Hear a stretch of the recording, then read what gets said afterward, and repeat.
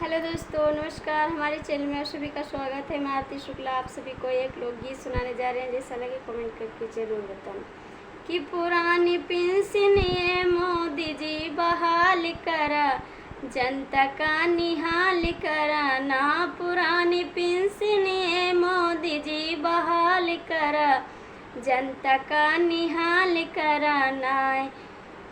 जिंदगी सेवा में बिताई, बुढ़ापा गईले अब आई। जिंदगी सेवा में बिताई, बुढ़ापा गईले अब आई। ये मोदी जी हमरो ख्याल करा, जनता का निहाल कराना। ये मोदी जी हमरो ख्याल करा, जनता का निहाल कराना।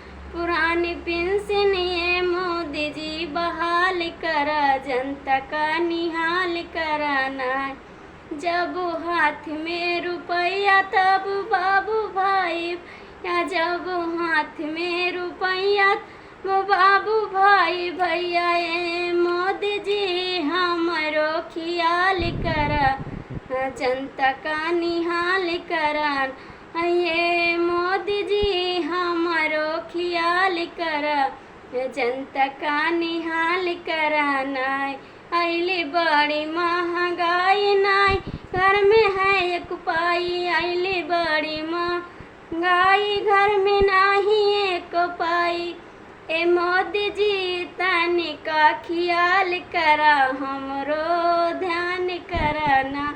ए मोदी जी तनिका ख्याल करा, हमरो ध्यान कराना।